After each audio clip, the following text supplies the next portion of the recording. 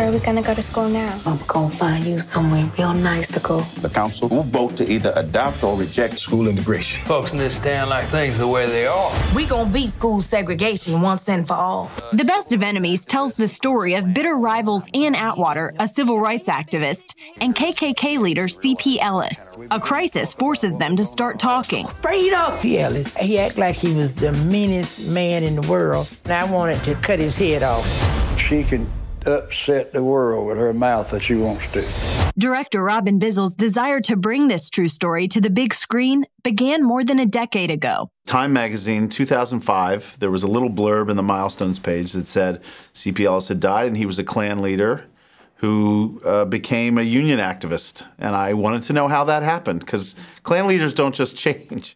Bill Riddick watched it all unfold as he was brought in to solve Durham's escalating crisis with a charrette. You've got to define a charrette for me. The charrette is a planning process where folks with different opinions about the same problem come together, and over a period of time, they hopefully will work out those differences to come to a solution that would make the situation for each of them better. All the better is you don't get in my way. Well, I'm gonna get in your way. We're here trying to understand each other for once and stop fighting. If you're really a Christian, right, and you really say you love God and you love the way God loves, then love is a search for understanding, isn't it? So even if you're the person that you want to hate the most, you got to rise above it at some point if you want change to happen.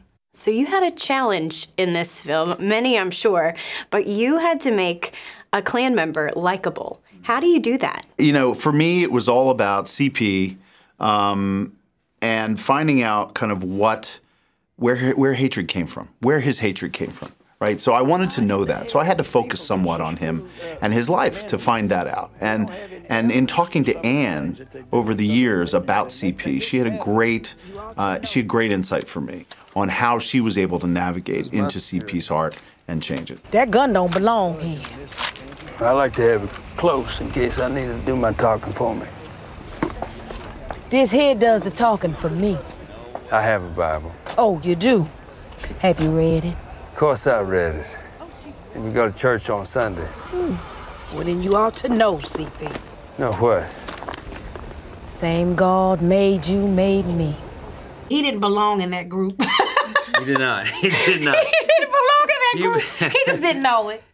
He needed Ann to tell him. We began to talk about what was on our heart, and both of us will. We knew if we didn't speak up for our children, that nobody else would.